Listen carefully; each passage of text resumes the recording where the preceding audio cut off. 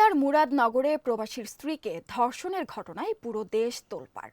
Video ভাইরালের পর ঘটনায় মূল অভিযুক্ত ফজর আলী সহ ৫ জনকে গ্রেপ্তার করেছে পুলিশ। রোববার ভোরে রাজধানীর সায়েদাবাদ এলাকা থেকে ফজর আলীকে গ্রেপ্তার করা হয়। এর আগে স্থানীয়দের হাতে আটক হয়ে মারধরের শিকার হয়ে আহত হন ফজর আলী। তাকে উদ্ধার করে কুমিল্লা মেডিকেল কলেজ হাসপাতালে ভর্তি করা হয়। ভিডিও ভাইরাল হওয়ার খবর পেয়ে শুক্রবার রাতের কোনো এক সময় হাসপাতাল থেকে সটকে পড়েন ফজর। নিজের ব্যবহৃত মোবাইল ফোন বন্ধ করে আত্মগোপনে চলে যান তিনি। জেলা পুলিশের একটি সূত্র জানিয়েছে, পুলিশ ও ডিবির দুটি টিম ফজর আলীকে গ্রেপ্তার করতে ছায়া তদন্ত শুরু করে। পুলিশের নিজস্ব ডিটেকটিভ টেকনোলজি এবং অ্যানালগ মাধ্যমে অভিযান অব্যাহত রাখে। শনিবার রাতে অভিযানকারী পুলিশের দল ফজর আলীর অবস্থান আঁচ করে। রাজধানীর সায়েদাবাদে একটি বেসরকারি হাসপাতালে ফজর আলী চিকিৎসা নিচ্ছেন।